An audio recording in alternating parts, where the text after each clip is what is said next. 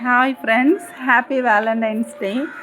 ஆக்சுவலாக அன்றைக்கி ஆஃபீஸில் காலையிலேயே பவர் கட் ஆகிட்டு, அதனால தான் ஒரு ஷார்ட் வீடியோ காலையில் உள்ள சாப்பாடு லன்ச் டைம் நான் பண்ணின வீடியோ போட்டாப்புல கூட பவர் இல்லாமல் தான் நான் போட்டேன். இன்றைக்கி கரண்ட் இல்லாமல் அந்த வீடியோ கிளாரிட்டி இல்லாமல் போட்டேன். ஆஃபீஸுக்கு போனாப்புல இன்றைக்கி என்ன பண்ணாங்கன்னா, ஆஃபீஸில் ஃபுல்லாக வேலண்டைன்ஸ் டேன்னு சொல்லிட்டு எல்லோரும் மாறி மாறி ஒவ்வொருத்தரும் ஒவ்வொரு ட்ரெஸ் போட்டுட்டு வர்றதை பார்த்து கலாய்ச்சிட்டே இருந்தோம்.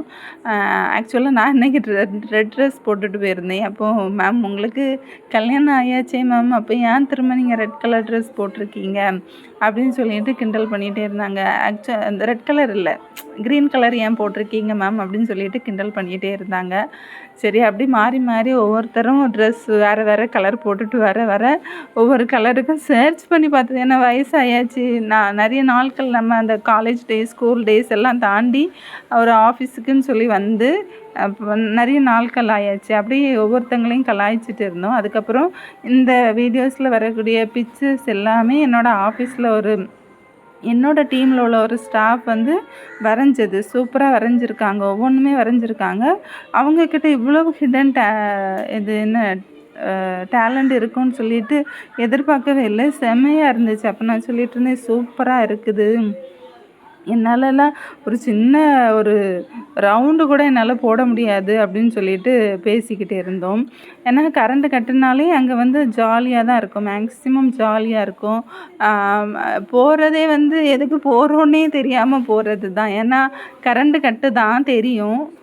ஆஃபீஸில் ஒரு 1 ஹவர் தான் கரண்ட் இருக்கும். அதுக்கப்புறம் என்ன பண்ணுவாங்கன்னா ஆஃப் ஆயிரும். அது இன்வெர்ட்டராக இருந்தாலும் ட்ரிப்பர் எல்லாமே ஆஃப் ஆயிரும். அதுக்கப்புறம் மாறி இருந்து கதை பேசிகிட்டு இருப்போம். அதுக்கப்புறம் இன்றைக்கி லவ்வர்ஸ் டேனால என்னோடய ஃப்ரெண்டு ஒருத்தங்க ஒரு மேடம் இந்த மோதிரம் செய்து தந்தாங்க. அப்புறம் ஆஃபீஸ்லேருந்து கரண்ட்டு கட்டினால 12 மணி விட்டோன்னு வீட்டுக்கு வர்றதுக்கு பதிலாக சரி அம்மாவே போய் பார்த்துட்டு போவோன்னு சொல்லிட்டு அம்மா வீட்டுக்கு வந்தேன். அம்மா வீட்டுக்கு வந்ததே இந்த முருங்கைக்காய் பறிக்கணும், முருங்கை இலை பறிக்கணும் அப்படின்னு சொல்லிட்டு தான். ஏன்னா பிள்ளைக்கு முருங்கை இலை சூப்பு வேணும்மா அப்படின்னு சொல்லி கேட்டுகிட்டே இருந்தேன். அதனால் முருங்கை இலை பறிக்கணும் அப்படின்ட்டு.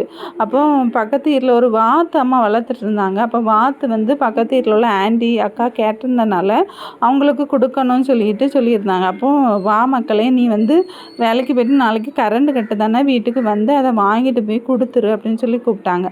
அப்போ நிறைய ஒர்க் இருந்தனால சரி அம்மா கூப்பிட்டாங்களேன்னு சொல்லிட்டு அந்த வாத்தையும் வாங்கணும், அப்புறம் முருங்கை இலை பறிக்கணும், அப்புறம் முருங்கைக்காய் பறிக்கணும். அதுக்கப்புறம் சக்கை மரமும் உண்டாங்க. சக்கை மரத்தில் அது சொன்னாங்க வெட்டக்கூடிய நேரம் வரணும், அப்போ தான் தந்து விட முடியும் அப்படின்னு சொல்லிட்டு. சரி அம்மா வெட்டுங்கம்மா, அப்போ நான் வெட்ட நேரம் கூப்பிடுங்க, அப்போ நான் வருவேன்னு சொல்லிட்டு வந்தேன். அதுக்கப்புறம் நானும் அம்மாயும் போய் அடுத்த விலைக்கு தான் போய் பறிக்க போனோம். ஏன்னா இங்கே இருக்கிற முருங்கை மரத்துலலாம் என்ன ஆச்சுன்னா ஒவ்வொன்றுலேயும் பூ காய்ச்சிருந்துச்சு. பூவை வந்தனால இனி பூ வந்ததை பறிக்கண்டாமா அப்படின்னு சொன்ன உடனே சரி அப்போ பின்னொரு விலையில் வெறுமனே மரம், குட்டி மரம் ஒன்று மேலே வாங்கி வளர்ந்து நிற்குது, அங்கே போய் பறிச்சுட்டு வரலான்னு சொல்லிட்டு நானும் அம்மாயும் போனோம். அப்போ அம்மாவே பாவம்தான், நடக்க முடியாமல் தான் நடந்து ஆள் சரி எனக்கு நானும் ஒத்தைக்கு போகிறதுக்கு ஒரு மாதிரி இருந்துச்சு. அம்மா நீங்கள் வாங்கம்மான்னு சொல்லி கூப்பிட்டாப்புல அம்மா வந்துச்சு. அப்போ நானும் அம்மாயும் போய் பறித்து, அவங்க ஒரு மரத்தில் பறித்தாங்க, நான் ஒரு மரத்தில் பறித்தேன்.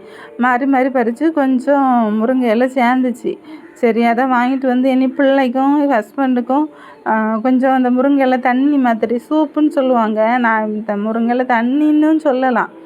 ஆக்சுவலாக கொஞ்சம் அந்த உள்ளியும் ஜீரகமும் போட்டு பண்ணினா நல்லாயிருக்கும்.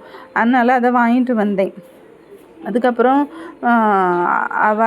இருக்கும்போது அப்பா என்ன சொல்லிச்சுன்னா, சரி மக்களே நீ பிள்ளைக்கும் அவங்களுக்கும் இதை போட்டு கொடு, நல்லா இருக்கும், ஸ்ட்ரென்த்தாக இருக்கும் உடம்புக்கு அப்படின்ட்டு சொன்னாங்க. அதுக்கப்புறம் என்னாச்சுன்னா வரும்போது வாத்துக்கோழியையும் பிடிச்சி தந்தாங்க.